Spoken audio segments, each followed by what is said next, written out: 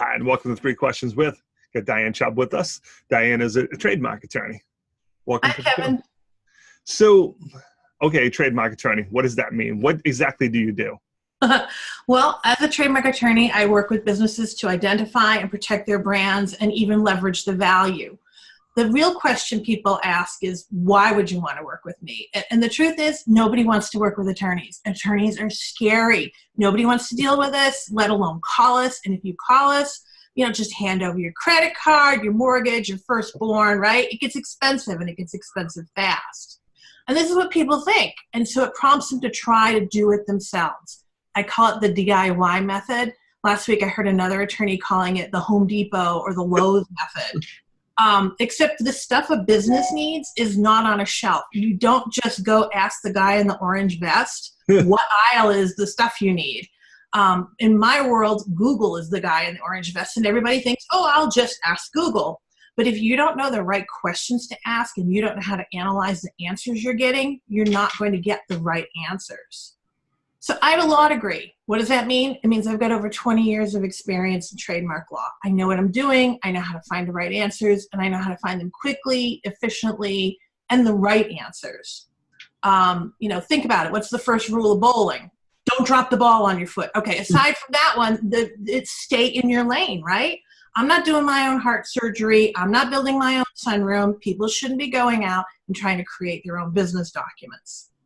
So I do try to be a non-scary lawyer, at least to my clients. I like to terrify the people on the other side, absolutely, but my clients shouldn't be afraid to ask questions or worry about unknown expenses. They should feel free to pick up the phone and have a conversation with me, because it's the only way we're going to be able to make better decisions. So Diane, let's talk about some examples of the things you can do so people can kind of wrap their arms around it, if you will. Sure, absolutely. So let's take a scenario where I'm going to go into business with your wife, okay? But you're not invited. Sorry, Kevin. Cheryl and I have a great recipe for salsa. We're going to call it Hot Mama Salsa. We form a partnership. We start selling at craft fairs. We're at Old Home Days. We get shelf space at Market Basket. She's doing all the design work, the labels, the brochures, the sales displays. We've got a big brochure. We've got the big cutouts. I'm out there meeting people, finding distributors, and we're killing it. Hot Mama Salsa is like the thing to have. But then something happens to Cheryl. Maybe she has a health issue or something else comes up and she can't run the business anymore. Well, the fact is we're partners, which means that I'm now partners with you, Kevin, and no offense, but you have a problem. You keep eating all the salsa. True. Not working.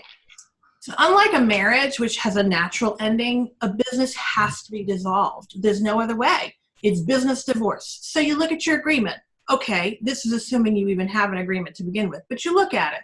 Who gets what? All right, we're going to split the bank account. We're going to split the computer equipment. You can have the dog. I'll take the cat. But there's still stuff left. Well, you're thinking, what stuff's left? I'll tell you what's left. Customer lists, vendor lists, website content, domain names. Do you know how hard it is to get a good domain name these days? Artwork, all that artwork that Cheryl did, our trademark, our recipe.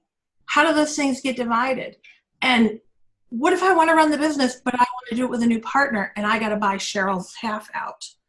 These are questions you have to answer early on in the business when you're still talking to each other, because when you're in that business divorce stage, it's not happening anymore. So you really want to work with attorneys that you can trust to resolve things ahead of time, prevent the problems that are going to happen. I really love that advice, because often I find my friends going into business together, and because we've been friends for so long, I ask questions like that. And they look at you like, Kevin, we're just starting. Why are you breaking us up already? And I'm like, well, you have to plan for the what if scenario. So it's a really great advice, Diane. How do people reach out to you? How can they learn more, my friend? The best way to reach me is email me at Diane, D-I-A-N-E, at chubbiplaw.com, or give me a call at 781-222-4362. Diane, really appreciate you taking the time to come on the show. Thanks for having me. You just watched Three Questions with Diane Chubb, brought to you by the New England B2B Networking Group. For more information, visit our website at newenglandb2bnetworking.com.